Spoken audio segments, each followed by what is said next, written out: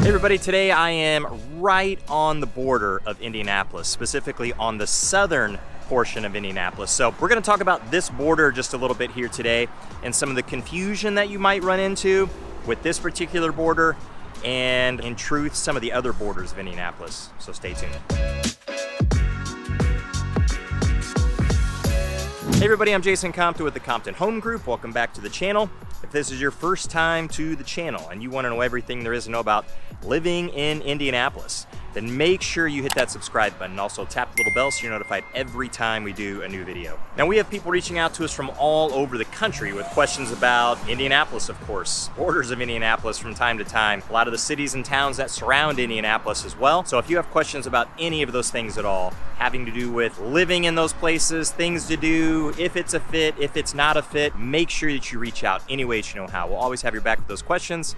Certainly have your back when it comes time for you to make your move to the Indy Metro. All right guys, today I am right on the border of Indianapolis. In fact, this street right here, which is a hugely commercial street on the southern border of Indianapolis, this right here, going down this direction, now I'm facing this way because the sun is just brutal for the camera.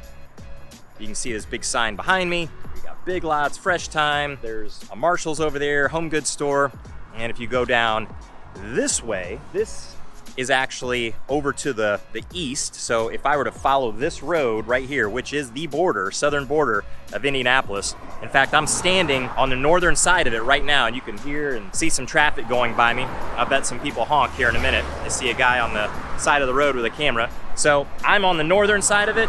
I am in Indianapolis, but if you go onto the southern side, that's actually gonna be Greenwood. So this part of Indianapolis, and Greenwood for that matter, can be a little bit confusing. So if you go to the east here, follow this road, you'll eventually get to I-65. Just in front of me here, where a lot of these cars are coming from, where they're taking a left off of US 31. So a little bit difficult to see just because of the sun, the way it's angled. We got a truck pulling out here. But this intersection of County Line Road, which is what this road is.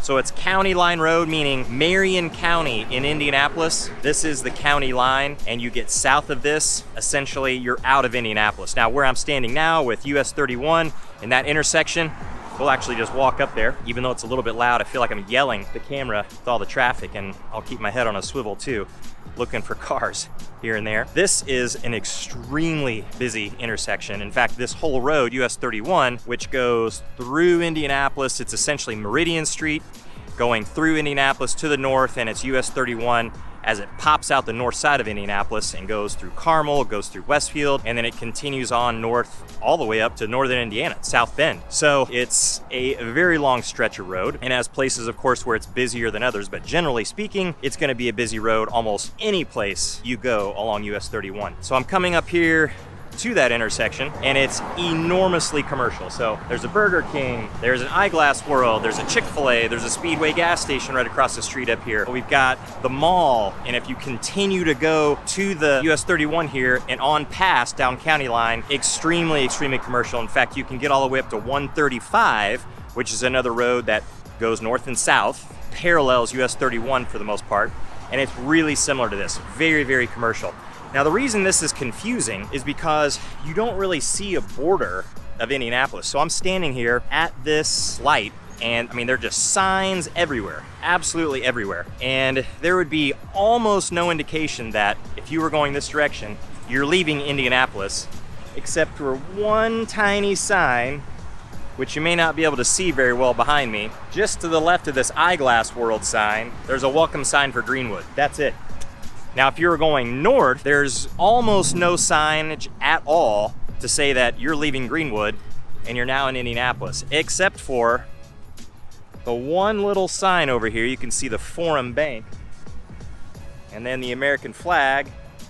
Just to the right of that, a little blue sign that basically says you're entering Indianapolis. So years ago, whenever I first moved to Indianapolis, and I think this is the way a lot of people think, at least I always thought about Indianapolis in the 80s, through the 90s, and even when I moved to Indianapolis, I didn't know that much about Indy, honestly. I thought that I-465 that circled Indianapolis was maybe not the exact border of Indianapolis, so everything on the inside is Indy, everything on the outside isn't, but I thought it had to be close.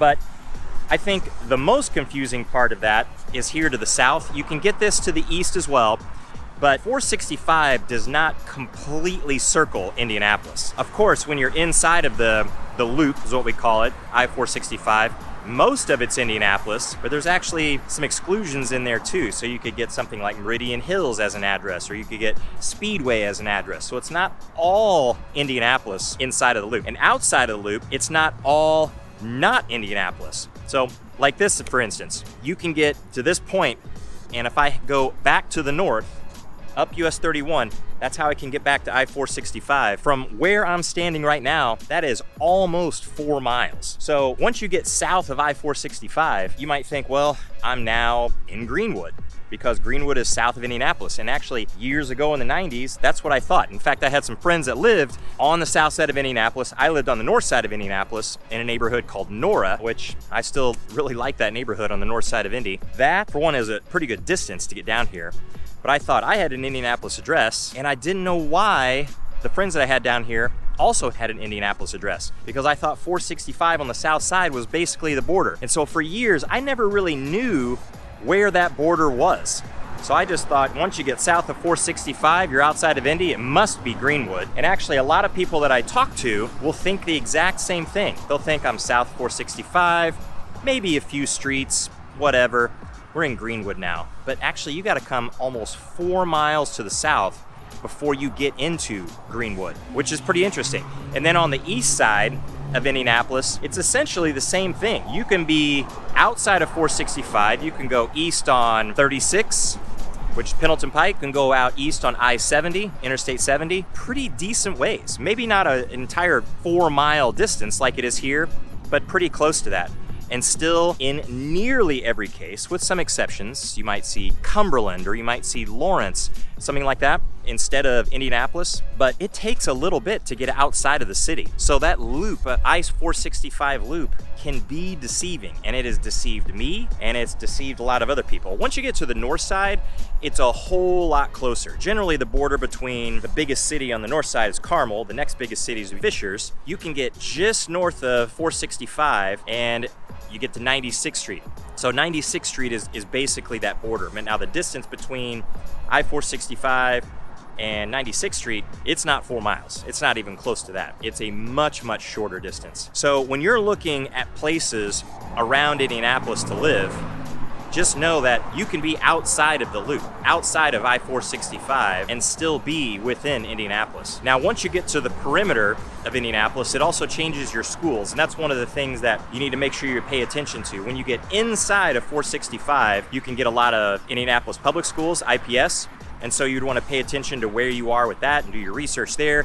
But you get on the edges, the fringes surrounding Indianapolis, you get into some of the township schools. Like around here, the biggest township on this south side, at least where I'm standing, is Perry Township. So you have Perry Township schools, which is actually a highly rated school system. Indianapolis address, if you look on niche.com or niche.com, however you pronounce it, and I believe the last time I checked, had a B+ rating. So that is not all that bad. One of the township schools here, and you have several other township schools that surround Indianapolis, like Pike Township on the northwest side. You have Lawrence Township on the east side. Plenty of school systems outside of the heart of the city too.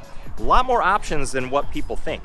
So it can get pretty confusing just not realizing geographically how big Indianapolis really is, from north to south, from east to west. And 465, I think, is the thing that throws the wrench into all of that. So if you have questions at all about any of those fringe areas around Indianapolis, where they might be, what you're close to, any kind of question that I'm not thinking of right now that you can think of yourself, reach out any way that you know how.